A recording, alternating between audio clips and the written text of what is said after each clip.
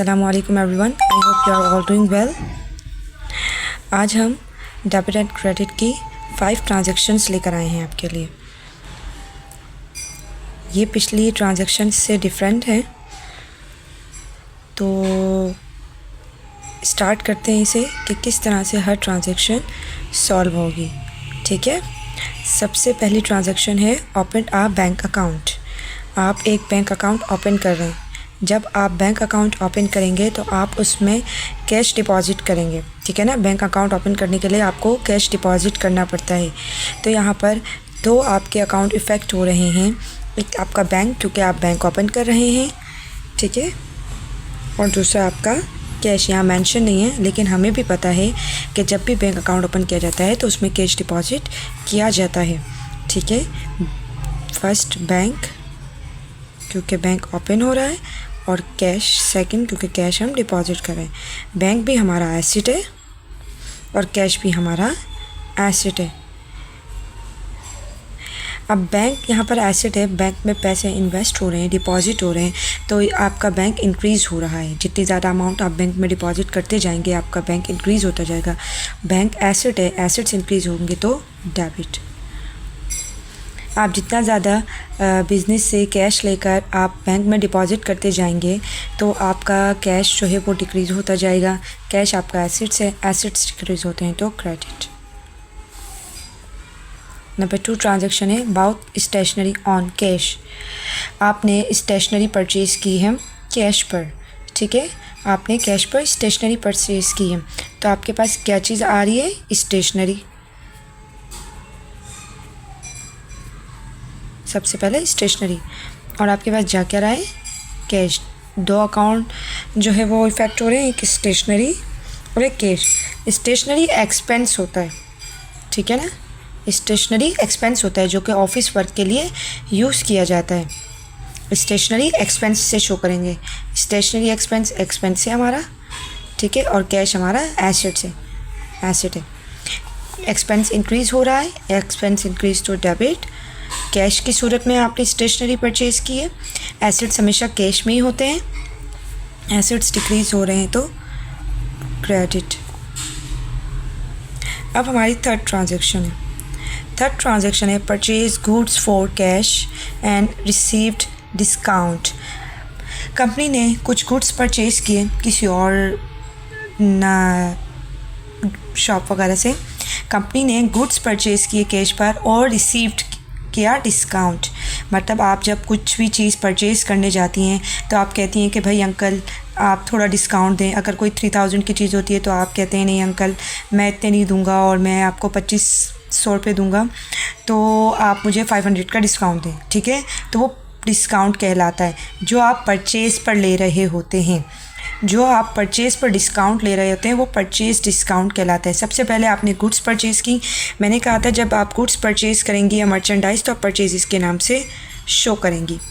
ठीक है, उसके बाद आप गुड्स किस पर परचेज़ कर रही हैं? कैश पर। किस पर परचेज़ कर रही हैं? कैश पर। जब यहाँ ये कह रहा है रिसीव डिस्काउंट, तो रिसीव डिस्काउंट के लिए आप फ़िलहाल एक लाइन बीच में छोड़ दें और आप कैश का कॉलम बनाएं। ठीक है, परचेज़ आपके एसेट है, गुड्स मर्चेंडाइज आपका एसेट है, कैश आपका एसेट है। ठीक है, आप यहाँ पे परचेज़ कर रही हैं, अपनी कंपनी में कुछ चीज़ परचेज़ कर ले के आ रही हैं, एसेट है परचेज़, एसेट्स इंक्रीज़ हो रहे हैं डेबिट।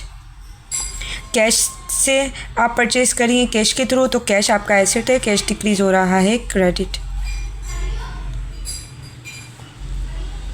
सॉरी, परचेज़ आपके एसेट्स हैं। ठीक है, आपने परचेज़ की है अमाउंट और परचेज़ किया है आपने गुड्स, तो परचेज़ आपके एसेट्स हैं, एसेट्स इंक्रीज़ तो डेबिट। कैश के थ्रू आपने अपनी गुड्स परचेज़ की हैं तो कैश एसेट्स है आपका, एसेट डिक्रीज़ तो क्रेडिट। ठीक है, अब हमने ये बीच में एक लाइन हमने गैप दिया। क्यों? हमने यहाँ पे कहा कि रिसीव डिस्काउंट, हम डिस्काउंट रिसीव कर रहे हैं। मतलब अगर कोई चीज़ 3000 की थी तो हमने कितने में परचेज़ की? 2500 में। तो 500 का जो डिस्काउंट है वो यहाँ पर शो होगा। कौन सा डिस्काउंट कहलाएगा? ये परचेज़ डिस्काउंट, क्योंकि आप परचेज़ पे डिस्काउंट ले रहे हैं तो परचेज़ डिस्काउंट। ठीक है, यहाँ पर आप क्या ले रहे हैं? Purchase discount. अब परचेज डिस्काउंट डेबिट में आएगा या क्रेडिट में? परचेज डिस्काउंट हमेशा क्रेडिट में आएगा, क्योंकि एक तरह से आप इसको प्रॉफिट भी समझ सकते हैं। कंपनी ने एक गुड परचेज़ किए, ठीक है, कंपनी ने गुड परचेज़ किए, वो गुड्स थे 3000 के। वो गुड्स कितने के थे? 3000 के। लेकिन आपने कितना कैश दिया उनको? 2500। तो 2500 का कैश आपका क्रेडिट हो गया, ठीक है, आपसे डिक्रीज़ हो गया।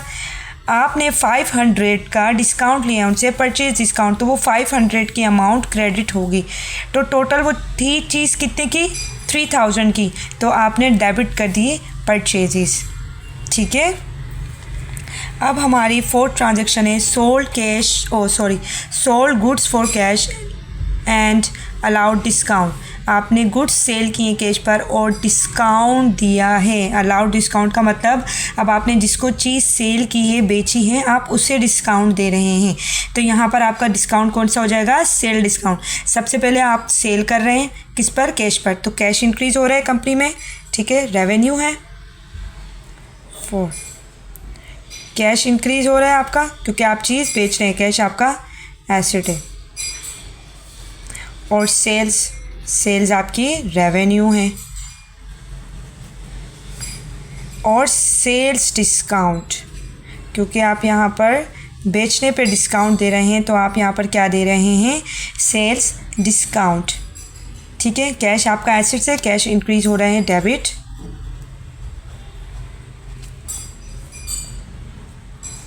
सेल्स आप जितनी ज़्यादा सेल्स करते जाएंगे, सेल्स इंक्रीज़ होगी, रेवेन्यू इंक्रीज़ होगी, तो क्रेडिट। सेल्स डिस्काउंट आपका आता है डेबिट कॉलम में, क्योंकि एक अमाउंट आपकी चीज़ जो है वो 3000 की थी। आपकी कोई भी प्रोडक्ट है वो 3000 की है फॉर एग्जांपल, लेकिन आपने उसे 2500 में सेल किया, तो जो 500 का आपको नुकसान हो गया, सही है ना। इस सेल्स डिस्काउंट को हम लॉस भी कह सकते हैं और इस परचेज डिस्काउंट को हम प्रॉफिट कह सकते हैं। तो प्रॉफिट हमेशा क्रेडिट होता है और लॉस हमेशा डेबिट होता है। सेल्स डिस्काउंट हमारे लॉस है क्योंकि हम एक चीज़ 3000 की सेल करते हैं, लेकिन वो हमने 2500 की सेल की, तो 500 हमें कम मिले, तो वो हमारे लिए नुकसान है। Sales discount debit. Purchase discount हमारे लिए प्रॉफिट इसलिए क्योंकि एक चीज़ 3000 की थी और हम 2500 की परचेज़ करके आए हैं। 3000 की चीज़ हमें कितने में मिली? 2500 की मिली, तो वो 500 हमारे क्या हो गए? हमें वापस मिल गया। अब हम उसे या तो सेव कर सकते हैं या फिर उसे कहीं और यूज़ कर सकते हैं। लास्ट हमारी ट्रांजैक्शन है owner withdraw cash for personal use. Owner ने विड्रॉ किया है cash, owner withdraw cash for personal use. अपनी ज़ाती इस्तेमाल के लिए उसने कैश विड्रॉ किया है बिज़नेस से, सही है। जब भी ऑनर बिज़नेस से अपने ज़ाती घर खर्च के लिए पैसे विड्रॉ करता है तो उससे उसका कैपिटल कम होता चला जाता है, ठीक है। क्योंकि जो हमारे पास बिज़नेस में जो भी अमाउंट हमारे पास होती है वो हमारे बिज़नेस यूज़ के लिए होती है। जब तक उसमें से, उस इनकम में से प्रॉफिट या लॉस ना निकल जाए, तब तक आप उन पैसों को अपने पर्सनल के लिए यूज़ नहीं कर सकते। और अगर आप पर्सनल यूज़ कर रहे हैं उन पैसों का, तो वो उससे आपका कैपिटल डिक्रीज़ होता चला जाता है, ठीक है। ऑनर ने विड्रॉ की अमाउंट तो हम ड्राइंग के नाम से शो करेंगे। जब भी कैपिटल डिक्रीज़ होगा, जब भी ऑनर विड्रॉ करेगा अपने पर्सनल यूज़ के लिए अमाउंट, तो वो हमेशा ड्राइंग के नाम से लिखा जाता है, ठीक है। ड्राइंग हमारा कैपिटल है, ड्राइंग हमारा कैपिटल है। उसके बाद उसने क्या विड्रॉ किया है? कैश। कैश हमारा एसेट है, ठीक है। ड्राइंग कैपिटल यहाँ पर डिक्रीज़ हो रहा है क्योंकि उसने अपने पर्सनल यूज़ के लिए अमाउंट विड्रॉ की है, जिसकी वजह से उसका कैपिटल डिक्रीज़ हो गया। कैपिटल डिक्रीज़ तो डेबिट। कैश उसने अपने पर्सनल यूज़ के लिए कंपनी से कैश विड्रॉ किया, इस वजह से जब एसेट्स डिक्रीज़ हो गए तो क्रेडिट, ठीक है। आई होप कि आपको ये 5 न्यू ट्रांजैक्शंस समझ में आई होंगी। Thank you. अल्लाह हाफिज़।